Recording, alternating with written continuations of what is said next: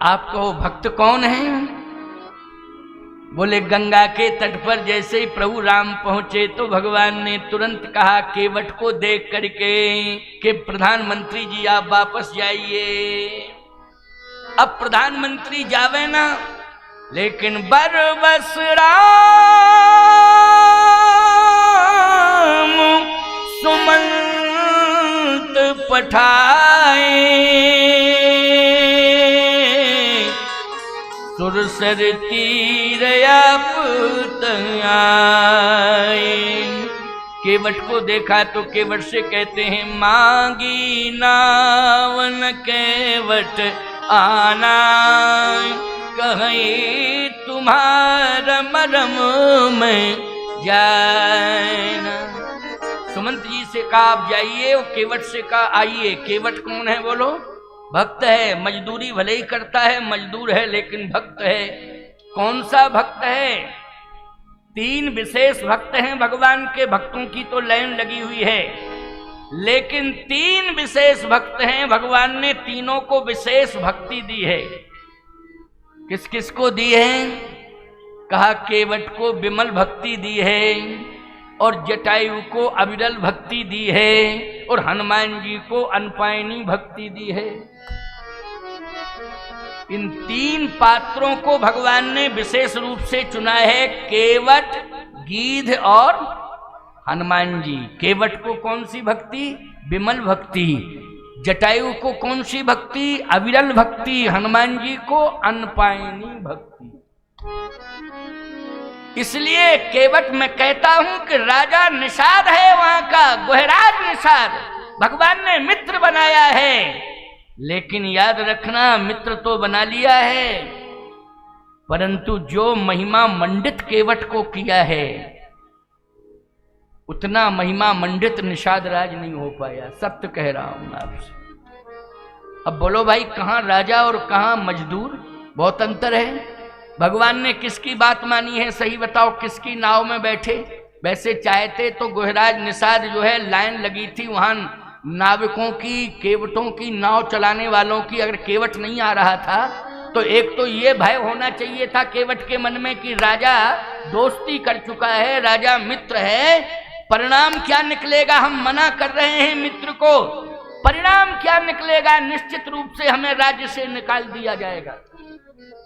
लेकिन वो नहीं आ रहा है। दूसरी बात यह है कि निषाद राज जी क्या ये नहीं चाहते हैं कि दूसरा केवट पार कर दे? नाव चलाने वाले बहुत से केवट हैं वहां, नाव भी बहुत हैं, लेकिन नहीं, भगवान जिद कर गए कि इसी नाव में बैठूंगा और जो इस नाव का मालिक है, चलाने वाला केवट, उसी के हाथों से पार जाऊंगा। भगवान जिद कर गए, याद रखना, जिद कर गए भगवान। क्या बात है! सबके हाथ से भगवान भाव से प्रसाद ग्रहण कर लेते हैं। लेकिन आपको मालूम होना चाहिए, मीराबाई ने अपने हाथों से भगवान को दूध पिलाया। बोलो पिलाया कि नहीं? कर्माबाई ने भगवान को अपने हाथ से खिचड़ी खिलाई है।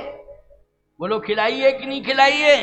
अरे बड़े बड़े पुजारी पंडित सब सेवा में लगे रहते हैं, कुंटलों प्रसाद जगन्नाथ स्वामी के यहाँ तैयार होता है, लेकिन सही बताना भाव में ग्रहण कर लेते हैं भगवान, वो प्रसाद बन जाता है। जगन्नाथ का भात जगत पसारे हाथ।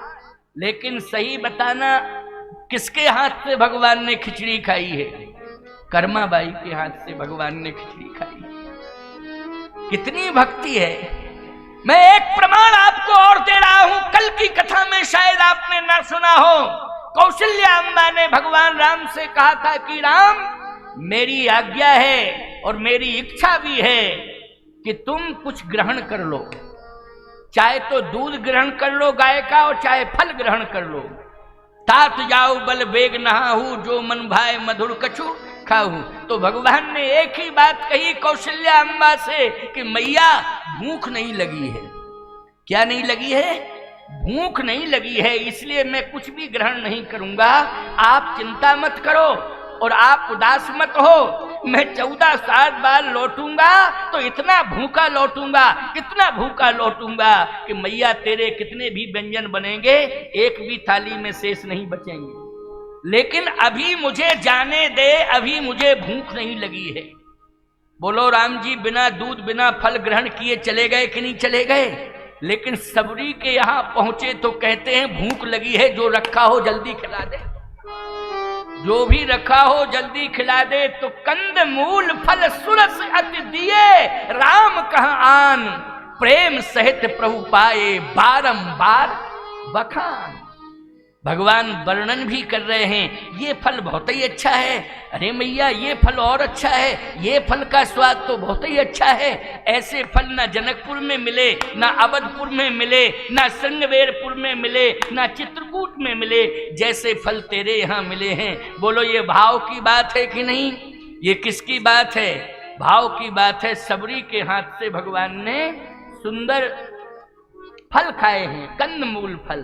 अब उसमें बहुत प्रकार के फलों के नाम हैं। लोग कहते हैं बेर खाया, अरे एक बेर ही नहीं खाया है, ये तो भजन बनाने वालों ने बेर बेर बेर बेर बेर बेर कह के, चलो कोई बात नहीं है, वो भी बात मैं मानता हूं, लेकिन स्पष्ट लिखा है कंद मूल फल सुरस अति दिए, राम का आन, प्रेम सहित प्रभु पाए बारंबार बखान। प्रेम सहित प्रभु खाए बारंबार बखान।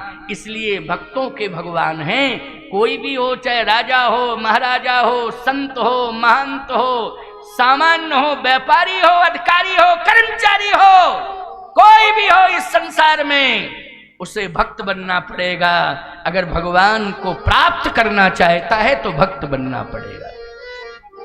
भक्त का अर्थ है निराभिमानता।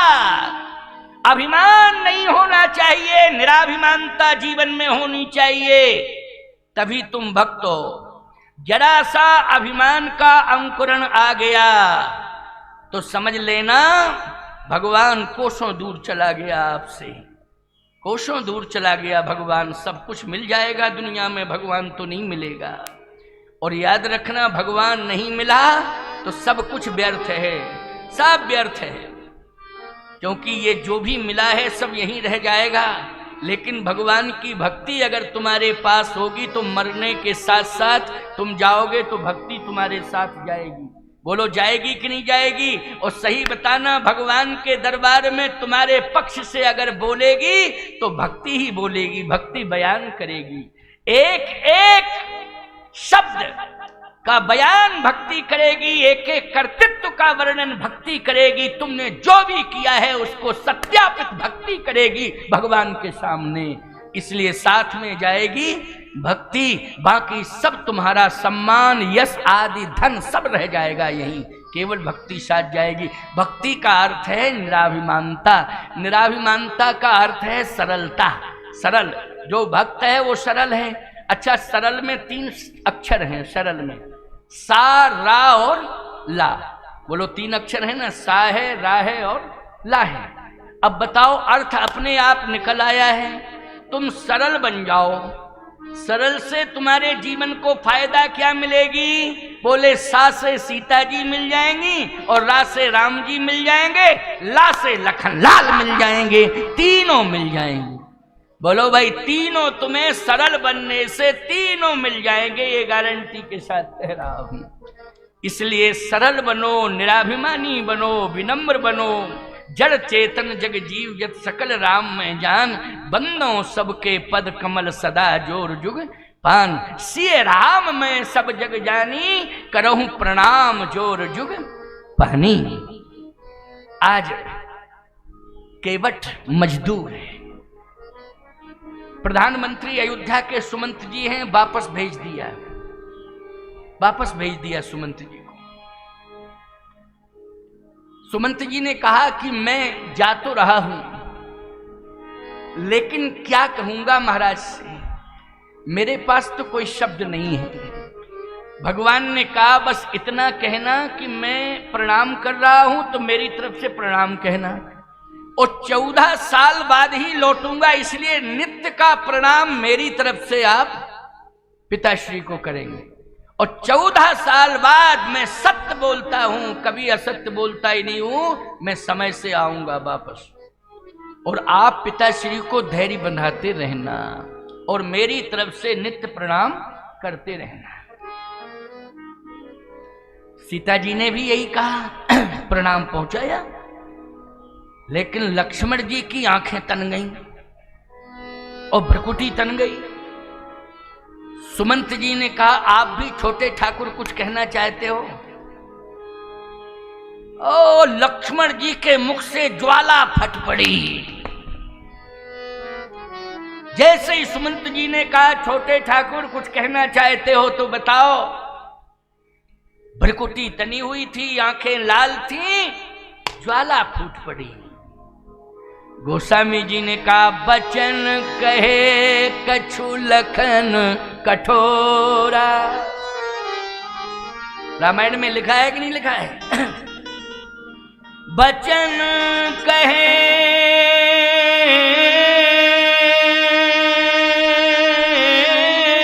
कछु लखन कठोरा, बरज राम पुन कीन निहोरा। जैसे ही लक्ष्मण जी ने कुछ कठोर वचन कहे, भगवान ने तुरंत अपना हाथ लक्ष्मण के मुख पर रख दिया। बस कर लक्ष्मण, अब मत बोल। पिताश्री के लिए ऐसा नहीं बोलना चाहिए। लक्ष्मण चुप हुए। कब? जब राम जी ने रोका। बरज राम पुन कीन निहोरा। एक बात आपको बतावें, राम जी से सरल दुनिया में कोई नहीं है, इसलिए कह रहा हूं कि तुम थोड़े बहुत सरल हो जाओ।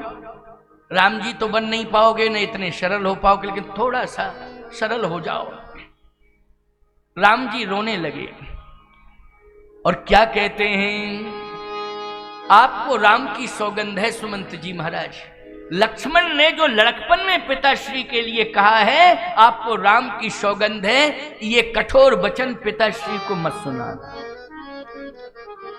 ये कठोर वचन पिताश्री को मत सुनाना। बार बार निज शपथ दिवाई, बार बार निज शपथ दिवाई, बार बार शपथ दिवाई, बार बार निज शपथ दिलाई, कहे उनका लखन लरिकाई, कहे उनका लखन लरिकाई, कहे उनका लखन लरिकाई, कहे उनका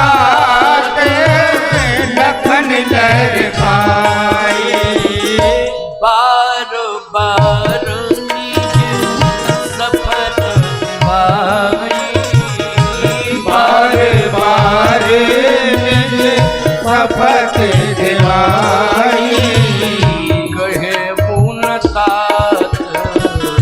लखन लरिकाई, कहे पूर्णता लखन लरिकाई, कहे पूर्णता लखन लरिकाई। आपको राम की सौगंध है, पिताश्री को लक्ष्मण के कठोर वचन मत सुनाना। मैं बार बार प्रणाम करता हूं आपको। सुमंत जी महाराज वापस लौटे। प्यारे, इधर भक्त केवट बुलाने पर आ नहीं रहा है। बार बार भगवान कहते हैं आ जाओ आ जाओ आ जाओ, तो इसका मतलब है कि उस घाट पर था, उस तट पर, दूसरे तट पर था। किस तट पर था? दूसरे तट पर था। अब आपको इसकी पुष्टि कहां होगी? तो कवितावली में गोस्वामी जी ने स्पष्टीकरण दिया है। संकेत मिलता है, 12 ग्रंथ हैं, 12 ग्रंथ तुलसी बाबा के हैं, उसमें कवितावली भी है। कवितावली में स्पष्टीकरण दिया है कि इस तट पर केवट नहीं है, केवट उस तट पर है। अब एक और बड़ी बात इसमें आ गई, क्या? कि इस तट पर बहुत सारी नाव थी और केवट उस तट पर था, दूसरे तट पर। तो इस तट वाले केवटों से संपर्क करना चाहिए था कि दूसरे तट पर केवट है, एक ही केवट होता, एक ही नाव होती तो बात अलग थी कि भाई एक ही है, क्या किया जाए। वहां तो तमाम केवट हैं, तमाम नाव हैं। आज आप संगमेरपुर को जाके देखिए, वहां गंगा के तट पर हमारे चित्रकूट के पास में ही है, तो वहां सैकड़ों नाव मिलेंगी आपको। अब तो बहुत बड़ा पुल बन गया है, लेकिन फिर भी नाव, पहले तो नाव ही थी, नाव से लोग पार होते थे। लेकिन भगवान गीतावली, कवितावली में स्पष्ट वर्णन आया है कि भगवान बुला रहे हैं तो आ नहीं रहा है। तो भगवान ने कहा अच्छा दूरी तक आवाज नहीं पहुंच रही है, कारण ये है। तो भगवान ने कहा ऊंचाई पर चढ़ जाऊं तो ऊंचाई से बुलाऊंगा तो सुन लेगा, वो आ जाएगा। तो क्या लिखा है तुलसी बाबा ने, तुलसी जिनके पद पंकज ते, तुलसी जिनके पद पंकज ते, प्रगटी तटनी जो हरे अघ गाढ़े, ते प्रभु या सरिता तरवे को, मांगत नाव करारे हुए ठाणे। करार कहते हैं नदी के किनारे मिट्टी का पहाड़। नदी के किनारे जो मिट्टी ऊंचाई होती है ना, करार उसी को कहते हो। क्यों कहते कि नहीं कहते? हाँ, सब लोग ऐसे कह रहे हैं, कहते हैं उसी को तो करार कहते हैं। करार पर मिट्टी की ऊंचाई, जो मिट्टी का पर्वत था किनारे, भगवान उस पर चढ़ गए। एक बात आपको बतावें, जब लक्ष्मण की सेवा करने के लिए गए हैं तो उस करार पर किसे चढ़ाना चाहिए था? बोलो, लक्ष्मण को। कहते लक्ष्मण जाओ ऊंचाई पर चढ़ो, वहां से आवाज लगाओ। तो जैसे भगवान चढ़ने लगे, लक्ष्मण जी ने कहा भैया भैया भैया मैं चढ़ जाऊंगा। चुप, भक्त से सभी बात नहीं कर सकते हैं, भक्त से तो भगवान ही बात करता है। बोलो भाई, भक्त से भगवान ही बात करता है, याद रखना। भक्त कहता है, आजकल के भक्त कहते हैं महाराज क्या बतावें हम आपको, हमको तो लोग पूजा पाठ वाला मानने लगे। सो कहते हैं अरे ये तो डिफाल्टर है। आजकल के लोग कहने लगे पूजा पाठ करने वाला क्या, ये रूढ़ी परंपरा, ये तो डिफाल्टर है, इसके पास कुछ बचा नहीं है, इसलिए तिलक चंदन लगा के माला लेके बैठ गया। बोलो भाई, लोग यही उपेक्षित भाव मानते कि कुछ बचा नहीं है, माला लेके बैठ गया और तिलक लगा लिया, बोले हम भक्त हैं। खबरदार, भगवान त्रिभुवन के स्वामी हैं और त्रिभुवन की संपत्ति का मालिक अगर कोई है भगवान का तो वो भक्त है प्यारे, वो भक्त है, वो त्रिभुवन की संपत्ति का स्वामी है। अंधे लोगों को दिखाई नहीं दे रहा है, जिनकी आंखों पर वासना का मोतिया बिंद आ गया है उन्हें दिखाई नहीं दे रहा है, ना दिखाई दे, लेकिन ग्रंथ कह रहे हैं, संत कह रहे हैं, भगवंत कह रहे हैं, अनंत कह रहे हैं कि मेरी संपत्ति का अगर कोई स्वामी है तो वो कौन है? भक्त है। इसलिए मीराबाई के लिए भी कहा, संतन संग बैठ बैठ लोक लाज कोई। साधुओं के साथ जाती थी, जोगनियां कहने लगे लोग, अरे वो तो जोगनियां बन गई, साधुओं के साथ घूमती फिरती रहती है। लेकिन ईमानदारी से बताओ, वो कहने वाले मर गए, उनका कोई नाम तक नहीं जानता है। लेकिन मीराबाई का यशगान हो रहा है कि नहीं हो रहा है? बोलो, गुणगान हो रहा है कि नहीं हो रहा है? आज संत जो है बलिहार जाते हैं, उनकी भक्ति पर बार बार बार बार बार बार उनकी प्रशंसा कर रहे हैं। चित्तौड़ का खजाना मीरा को इस ऊंचाई पर नहीं पहुंचा सकता था, लेकिन भगवान की हो गई तो त्रिभुवन की स्वामिनी बन गई। बोलो बन गई कि नहीं? याद रखना, राधा जी का तो वाम भाग संभूता है, मैं मानता हूं वाम भाग में बैठ जाती हैं, लेकिन मीराबाई तो द्वारकाधीश के हृदय के अंदर बैठी हैं। बोलो कहां बैठी है? हृदय के अंदर बैठी हुई है। मीरा दिखाई नहीं दे रही है, लेकिन भगवान श्याम सुंदर के हृदय में बैठी हुई है मीरा। सावधान, जहां राधा जी भगवान की विशेष हैं, तो याद रखना मीराबाई भी शेष नहीं है, वो भी विशेष ही है। मीराबाई इतना ही अंतर है और कोई अंतर नहीं है। मीरा कहाँ छिपी है? श्याम सुंदर भगवान के हृदय में छिपी है। बोलिए मीराबाई की, श्याम सुंदर भगवान की, द्वारकाधीश भगवान की जय। प्यारे, त्रेता की शबरी और कलयुग की मीराबाई। बोलो भाई, कलिकाल की मीरा और त्रेता की शबरी और द्वापर की विदुरानी। द्वापर की विदुरानी, इनकी महिमा का वर्णन नहीं किया जा सकता है कि इन्होंने कितनी भक्ति की है, कितनी भक्ति की है। दुर्योधन की मेवा त्यागी, शाग विदुरघर खाई। विदुरानी जी से मांग रहे हैं जो भी रखा हो खिला दे, ये द्वापर की बात है। त्रेता में सबरी से मांग रहे हैं, भूखा हूं जो भी रखा हो खिला दे। अयोध्या के व्यंजन त्यागे, सबरी के यहाँ भूख खुल गई। इधर हस्तिनापुर के व्यंजन त्यागे और विदुर जी के यहाँ विदुरानी के पास पहुंच करके भूख खुल गई उनकी। यह है भगवान का भगवदीय गुण।